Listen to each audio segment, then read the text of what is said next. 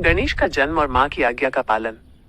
बहुत समय पहले की बात है, जब भगवान शिव और पार्वती का विवाह हो चुका था। कैलाश पर्वत पर उनका जीवन प्रेम और आनंद से भरा था, लेकिन एक दिन देवी पार्वती को यह एहसास हुआ कि उनकी सेवा करने वाला और उनके आदेशों का पालन करने वाला कोई नहीं है। वो चाहती थी कि उनका एक ऐसा पुत्र हो जो उनकी हर आज्ञा का पालन करे और उनकी रक्षा करे। एक दिन जब भगवान शिव अपने ध्यान में लीन थे, तो देवी पार्वती ने स्नान करने का फैसला किया। उन्होंने सोचा कि क्यों न अपने शरीर से मैल और चंदन का एक पुतला बनाया जाए। उन्होंने उस पुतले में अपनी सभी दिव्य शक्तियों से प्राण फूंक दिए। देखते ही देखते एक सुंदर बालक का जन्म हुआ। पार्वती ने उस बालक को गले लगाया और उसे अपना पुत्र माना। उसका मुख बहुत ही सुंदर था, लेकिन वो अत्यंत शक्तिशाली था। पार्वती ने उस बालक का नाम गणेश रखा और उसे अपने कक्ष के द्वार पर खड़ा कर दिया। उन्होंने गणेश से कहा, पुत्र, मैं स्नान करने जा रही हूँ। जब तक मैं वापस ना आऊं, तुम किसी को भी अंदर आने की अनुमति मत देना। चाहे कोई भी हो, मेरी आज्ञा के बिना कोई भी अंदर नहीं आ सकता। गणेश ने अपनी माता की आज्ञा को अपने जीवन का सबसे बड़ा कर्तव्य मान लिया। उन्होंने द्वार पर अपनी विशाल देह के साथ पहरा देना शुरू कर दिया। गणेश और भगवान शिव का टकराव। कुछ देर बाद जब शिव का ध्यान समाप्त हुआ, तो वो पार्वती के कक्ष में जाने के लिए आगे बढ़े, लेकिन द्वार पर एक अनजान बालक को देखकर वे रुक गए। शिव ने बालक से पूछा, बालक, तुम कौन हो और मुझे अंदर क्यों जाने से रोक रहे हो?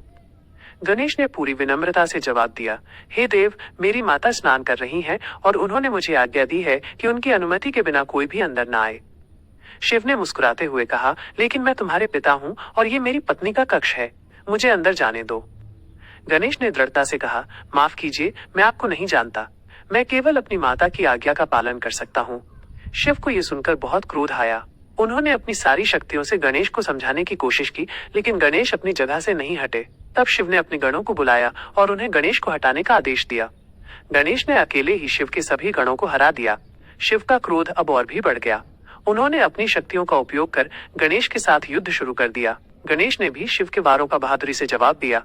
अंत में शिव ने अपने त्रिशूल से गणेश का सिर धड़ से अलग कर दिया। पार्वती का क्रोध और गणेश का पुनर्जन्म। जब देवी पार्वती स्नान करके बाहर आईं, तो उन्होंने अपने पुत्र को मृत अवस्था में देखा। ये देखकर उनका हृदय टूट गया। उनका क्रोध इतना विकराल था कि पूरी सृष्टि कांप उठी। उन्होंने शिव से कहा, आपने मेरे पुत्र को मार डाला, अब मैं पूरी सृष्टि का विनाश कर दूंगी। शिव ने पार्वती को समझाने की कोशिश की, लेकिन पार्वती अपने दुख और क्रोध में थी। उन्होंने कहा कि जब तक उनका पुत्र फिर से जीवित नहीं होगा, वो शांत नहीं होंगी।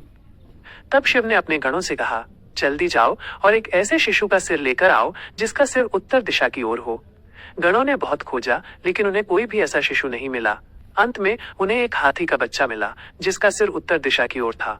वे उसका सिर लेकर शिव के पास आए। शिव ने उस हाथी के बच्चे का सिर गणेश के धड़ से जोड़ा और अपनी दिव्य शक्तियों से गणेश को फिर से जीवित कर दिया।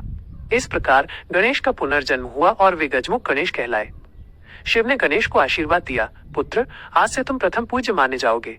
किसी भी शुभ कार्य की शुरुआत तुम्हारी पूजा के बिना नहीं होगी। इस प्रकार गणेश को प्रथम पूज्य देव का स्थान मिला। ये कहानी